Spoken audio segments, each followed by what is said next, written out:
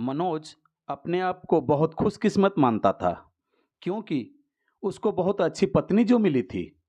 मनोज की पत्नी शीला और उसकी माँ बहुत अच्छी बनती थी। दोनों माँ बेटी की तरह रहती थी। बहू अपनी सास से बिल्कुल बेटी जैसा ही बर्ताव करती थी। बेटी की तरह रूठ जाती थी और जीत करके अपनी बात मनवा लेती थी। मनोज एक ही लौता लड़का है। मनोज के पिताजी नहीं हैं। मनोज की आर्थिक स्थिति इतनी अच्छी नहीं है, लेकिन घर में शांति और प्यार होने के कारण वो मेहनत करके अच्छे से अपना घर चला रहा है। साथ ही माँ और पत्नी से इतना अच्छा सपोर्ट मिलने के कारण उसे बहुत मदद मिलती थी। बहू और सास की इस जोड़ी की चर्चा अब मोहल्ले रिश्तेदार में भी होने लगी है। इनकी मिसालें दी जाने लगी है। कुछ लोग जलते भी थे। कुछ कहते कि यह सब शुरुआत में होता है, थोड़ा समय जाने पर सारा प्यार खत्म और बहू अपने रास्ते और सास अपने रास्ते। सब कुछ अच्छा ही चल रहा था, लेकिन एक सुबह मनोज की माँ मनोज को जोर से चिल्लाकर उसके कमरे से बाहर बुलाती है। मनोज पूछता है, क्या हुआ माँ, क्यों चिल्ला रही हो? मनोज की माँ बोलती है कि तेरी पत्नी को समझा ले, अब बस बहुत हो गया। मैं इतने दिन चुप रही, लेकिन अब मुझसे नहीं होता। वो हर बात में मुझसे जिद करती है। माँ ने शायद ही इतनी जोर से आज तक चिल्लाया होगा। इतने में बहू भी कमरे से आकर माँ से पूछती है, क्या हुआ माँ जी, आपको परेशान क्यों हैं? माँ कहती है, तू चुप कर, मुझे तुझसे बात नहीं करनी है। बहू कहती है, क्या हुआ, मुझसे कुछ गलती हुई है क्या?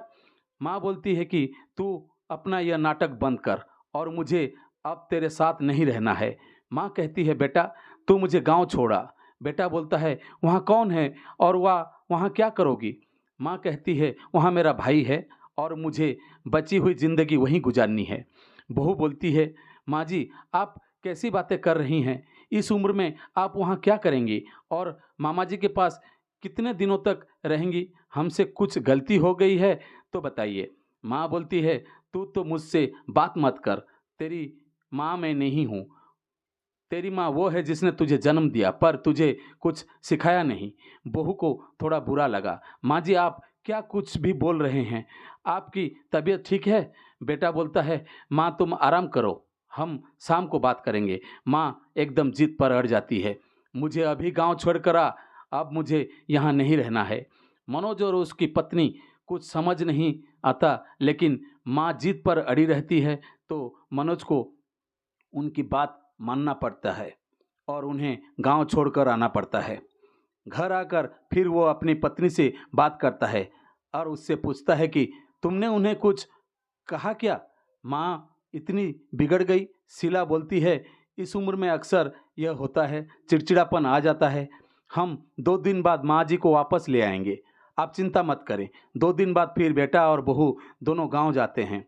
बहू को देखते ही माँ फिर से चिढ़ जाती है, कहती है, तेरी हिम्मत कैसे हुई मेरे सामने आने की? मैं मर जाऊं तब भी तू मेरे पास मत आना, मुझे हाथ मत लगाना। बहू को यह सुनकर जोर से रोना आ जाता है। वो रोते हुए कहती है, आप यह क्या अनाप शनाप बोल रहे हैं? मैंने ऐसा क्या कर दिया जो आप इस तरह नाराज हो गई? माँ जी वहाँ से उठकर कमरे में चली जाती है और दरवाज़ा अंदर से बंद कर लेती है। मामा जी भी उन्हें समझाते हैं, लेकिन वो नहीं मानती हैं। बेटा और बहू वापस अपने घर आ जाते हैं। बहू अपने कमरे में बैठी रोती रहती है। मनोज भी कुछ समझ नहीं पाता है। माँ जी को गए अब 15 दिन हो गए। इतने दिन तक उनसे दूर ना बेटा रहा ना बहू। मनोज की पत्नी उन्हें फिर गांव जाने को कहती है और कहती है, जैसा मैं बोलूं वैसा जाकर कहना। मनोज जाता है और माँ को कहता है, माँ तुम्हारी बहू सीढ़ी पर से गिर गई है और 5 दिन से तुम्हें याद कर रही है। माँ एकदम से बोलती है, क्या 5 दिन और तू अब बता रहा है? वो फटाफट तैयार होकर मनोज के साथ वापस आती है। साथ में मामा जी भी आते हैं। माँ घर पहुंचकर जोर से पुकारते हुए दरवाजे से आती है, बहू बहू। और बहू के कमरे में जाकर बिस्तर पर सोई बहू के गले लग जाती है और रोने लगती है। बहू भी माँ जी से मिलकर रोती हैं। फिर बहू कहती है, जब आप इतना प्यार करती हैं तो वहाँ क्यों बैठी हैं 15 दिन से? माँ जी कहते हैं, तुमने झूठ बोलकर मुझे बुलाया।